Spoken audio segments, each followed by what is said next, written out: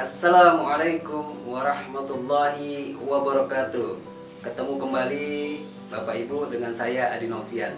Kali ini saya bercerita tentang sesuatu yang mulia, barang atau benda yang sering kadang kita jaga betul.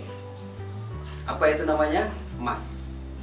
Bapak Ibu, terutama ibu-ibu ini sering tahu tentang emas, tapi sebagian besar bisa jadi ada juga yang belum paham bahwa emas itu bukan perhiasan aja loh. Emas umumnya ada 3. Yang pertama, emas dalam bentuk perhiasan yang sering kita pegang, sering kita dengar, yang sering kita gunakan, terutama ibu-ibu, emak-emak, karena itu adalah aksesoris yang membuat mereka menambah kecantikannya. Emas perhiasan ini sudah biasa. Banyak hal-hal yang bisa kita ketahui bahwa emas perhiasan ini banyak dicampur dengan logam atau unsur-unsur yang lain seperti tembaga, suasa, supaya bisa dibentuk dan dia memiliki nilai yang beda dengan sesuatu yang sebenarnya emas. Apalagi dalam bentuk-bentuk yang spesial, itu membutuhkan namanya campuran, karena emas ini cenderung dia lebih lunak. Bapak Ibu, kategori emas berikutnya adalah yang kedua sebagai logam mulia. Inilah yang mungkin sebagian besar hanya menengah ke atas yang udah familiar mendengar emas sebagai logam mulia, atau sering disebut emas batangan, Bapak Ibu. Emas batangan ini ya cenderung orang-orang yang berduit dan punya jutaan uang dan stoknya uangnya tuh tak berseri lah bahasa kita ya, dan itu cenderung lebih minim dimiliki orang-orang yang milikinya tertentu. Jadi Bapak Ibu, logam mulia ini cenderung atau umumnya berkadar 24 karat. Artinya emasnya dengan kadar 99,9 sampai 99,0. Dan itulah yang menyebabkan beda dengan perhiasan. Perhiasan bisa sampai 70%. Nah, itulah yang membedakan dengan logam mulia.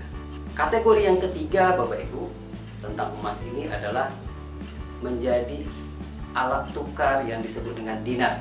Inilah yang banyak hadis-hadis kita dengar dari ustadz ulama-ulama kita di akhir zaman akan menuju namanya kembali kepada yang umumnya digunakan orang sebelum kita, yaitu di masa Rasulullah, itu adalah dinar dan dirham.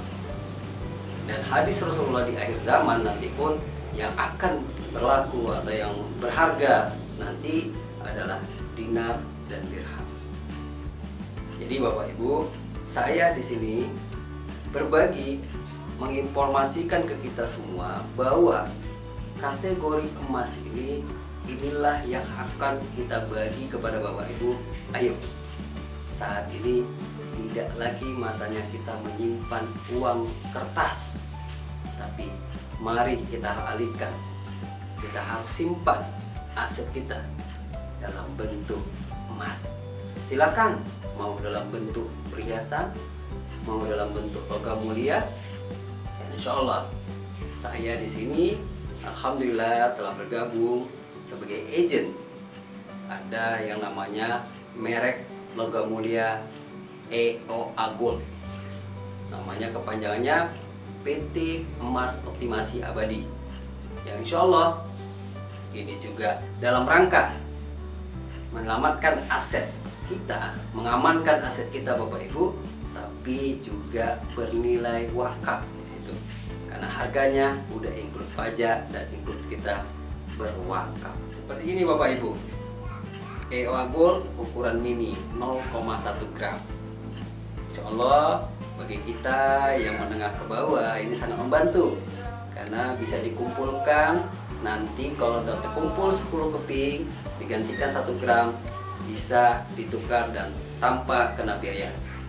Dan banyak hal yang membantu kita, terutama di masa pandemi ini, karena emas-emas 0,1 yang mini seperti ini sangat membantu kita untuk menyisihkan uang kita agar disimpan dalam bentuk barang berupa emas dan bermanfaat ya Bapak Ibu, karena ini tujuannya adalah mengamankan aset kita berupa harta kita supaya nilainya tidak berkurang.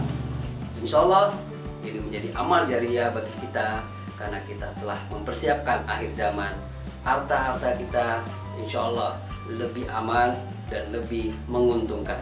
Demikian informasi yang bisa saya sampaikan saat ini.